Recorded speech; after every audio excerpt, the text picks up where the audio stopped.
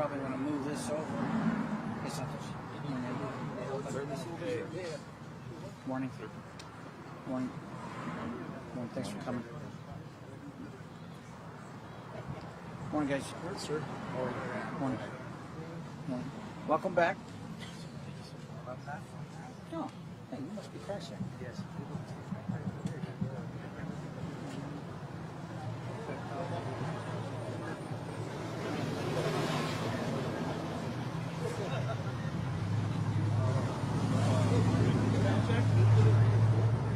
Testing 1, 2.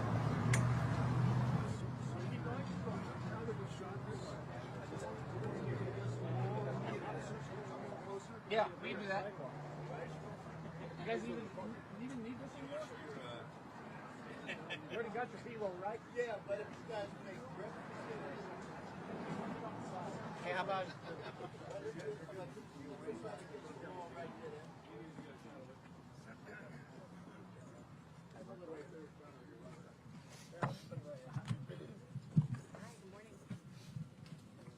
That good? Is it blocking anybody? Yeah, you don't have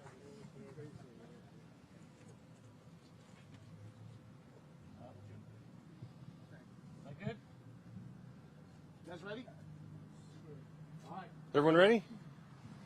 All right, first of all, I'd like to thank you all for coming. Welcome to the beautiful San Fernando Valley and welcome to Foothill Station. My name is Captain David Grimes and I'm the commanding officer of Foothill area. I'm going to talk about a case today that's a very significant and successful case that happened last week. On Wednesday, March 20th at approximately 6 p.m., 3 gang members, Christian Reyes, Andrew Brand, and Jesus Morales, observed a 33-year-old female victim who was 11 weeks pregnant parking in front of her residence in the 10800 block of Eldora Avenue in the Sunland area of Foothill Division. The suspects surrounded her vehicle and suspect Reyes approached her and asked her to let him borrow her phone. When the victim did not give him her cell phone, Reyes punched her in the face and stabbed her multiple times with a knife as she sat in her car. Reyes forcefully pushed her out of her vehicle and continued assaulting her while suspect Brand stole property from her vehicle. Reyes and Brand then got in the victim's vehicle and Morales became a passenger in a white Volkswagen Jetta, which was stopped in the middle of the street just south of the victim's vehicle. Reyes and Brand drove away with the victim's vehicle and immediately collided with several parked vehicles on the north and south sides of the street, and the stolen vehicle was disabled. Reyes and Brand abandoned the stolen vehicle and ran from the scene. At that time, the 4th and 5th suspects, Cristina Luna and Monica Gomez, who were driving the white Volkswagen Jetta, picked up Reyes and Brand, and all 5 of the suspects drove away from the scene.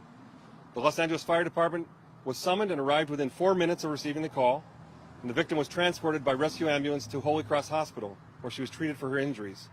She sustained 11 stab wounds, and she lost 2 of her teeth. The doctors discovered that she had also sustained a punctured lung and surgery was required. Thankfully, she is going to fully recover, and her baby is also fine. Foothill officers immediately responded to the scene to investigate as a result of multiple 911 calls. The investigation moved quickly due to the assistance of the community. Very early in this investigation, the officers found a concerned citizen who provided a photograph of the suspect's vehicle depicting the license plate.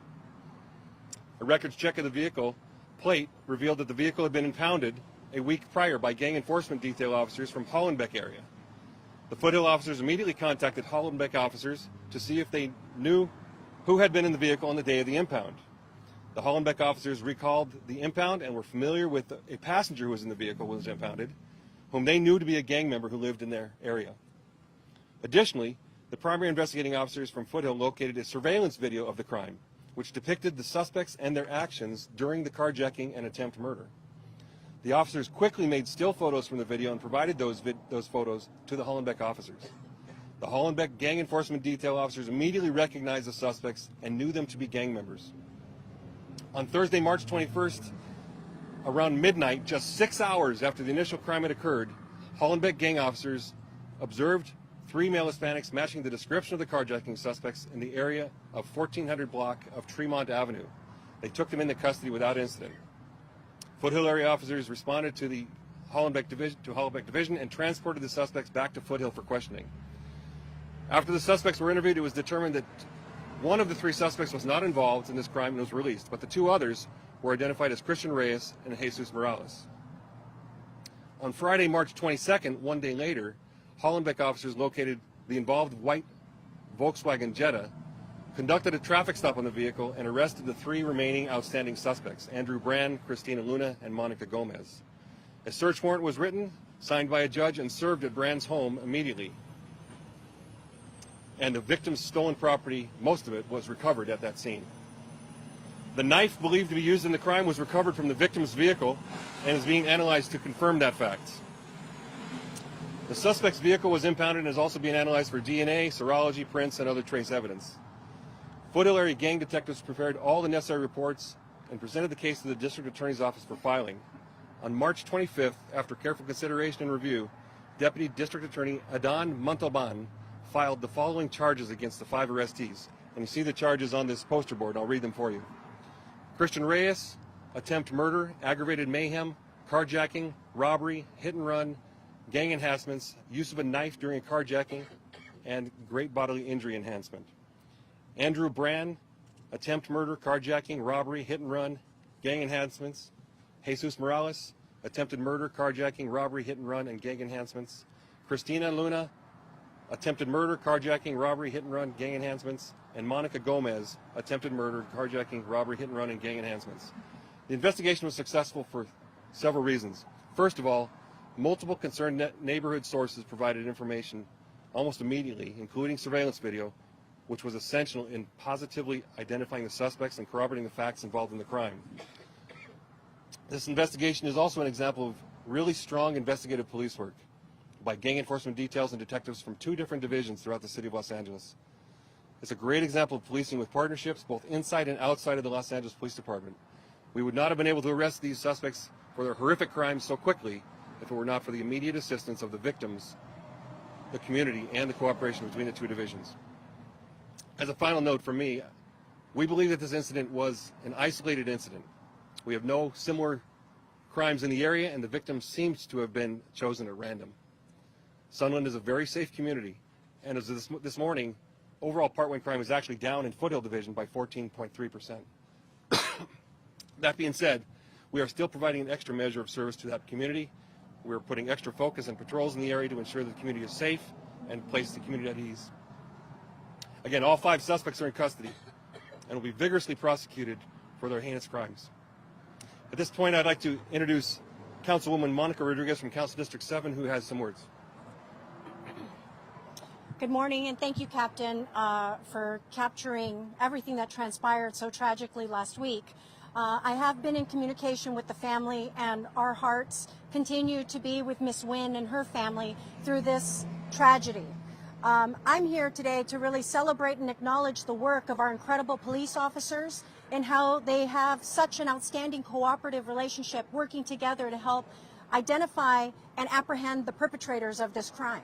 It's really tragic that in a community like Sunland, a very peaceful, quiet community, that this random act of violence would so senselessly and tragically occur.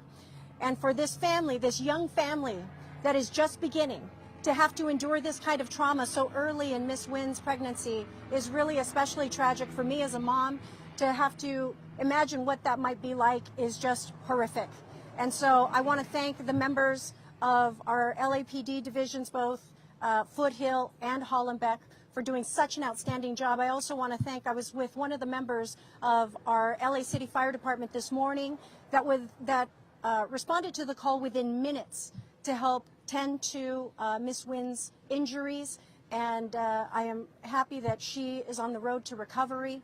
But again, I want to make special note that, again, if not for the support and cooperation of the community to also provide some of the critical information that is so often necessary for us to be able to pursue and capture perpetrators of crimes. We unfortunately have incidents, 2 which occurred in Sylmar, 1 also in Sunland, Tujunga, where we have not successfully been able to capture the criminals, and the families still have not had justice served. So we seek the community's cooperation and support. If they see something, please say something, report it. If you capture it, please report it and share it with LAPD so that we are able to assure our communities are safer and that we stand in the way of more crimes of opportunity occurring in our communities and disturbing the sanctity of our neighborhoods. So again, my hats off to our incredible work of both Foothill and Hollenbeck in helping to capture these individuals, and look forward to this family having justice served. Thank you. Thank you, Councilwoman. At this time, I'd also like to introduce the Assistant Commanding Officer, Operations Valley Bureau, Commander Alan Hamilton. Good morning. So I'd like to give a couple of messages today. Primarily, I want to address directly the officers that were involved and the Los Angeles Police Department command staff that were instrumental in making sure this investigation continued forward to a successful resolution. Captain Dave Grimes, Captain Rick Stabile, and Captain Brian Windling of both the Foothill Station and the Hollenbeck Station were instrumental in making sure this investigation continued forward. So I'd like to publicly acknowledge them for their hard work and the hard work of their people in ensuring that this terrible incident was brought to a successful conclusion and the suspects were removed from the street. I'd also like to say to the community, thank you very much for being a great partner with the Los Angeles Police Department. The community involvement in this instance was instrumental and very important in terms of bringing a successful conclusion and getting these gang members off the street and preventing further vicious crimes from occurring throughout the community. Without that community partnership with the Los Angeles Police Department, these investigations are very difficult to bring to a successful conclusion. So I want to thank the community for becoming involved immediately. We had so much community support when this crime occurred that it was difficult for the detectives to even keep up with it, and that's the way all of these investigations should be. And as the council member said, you know, we have other investigations in Foothill area and throughout the valley where we are always seeking the public's help. And if you do see something, we do ask that you say something. And lastly, I'd like to make sure that criminal suspects that plan on coming to the San Fernando Valley and the Los Angeles area to commit crime, they have to understand that this is the kind of response they're going to get when vicious crimes like this are perpetrated in the community. The Los Angeles Police Department will bring every resource to bear to remove these predators from the street and to make sure that justice is served. Thank you very much for coming out this morning. Thank you, Commander. And I just want to point out for all you here to video this, you have about 20 officers behind you. They were all involved in this investigation, and it couldn't have been done without all of you guys. So thank you very much for your hard work. Thank you for your incredible investigation, for working with the community, for finding the evidence, and for taking these people into custody. At this time, if you have any questions, we can answer a few questions probably. Yes, the officers are here. You want to point out that? Pardon me?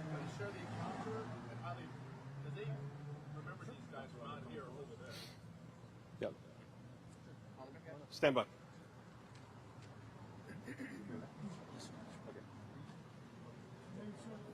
Officer Abel Spada.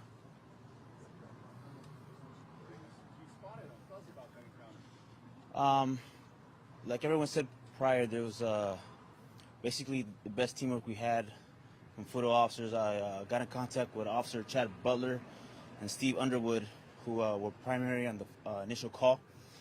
They contacted me, let me know about the vehicle that was involved initially. They gave me the vehicle info, in which there was a plate that was not a California plate, but a paper plate. As the night progressed, they started giving me photos, letting me know this suspect was involved, that suspect was involved. My partners that I worked with that night, we all recognized them as hazard gang members. And we quickly responded to the area that we believed they were going to be at. And we took them into custody without incident. There were known gang members. Did you know of them? Or any of you guys know of them? Yes, sir. So what happened when you got to that area? Give us the narrative. To be honest, it happened so quickly. As soon as we got the photos of the suspects, we turned the corner and they were there.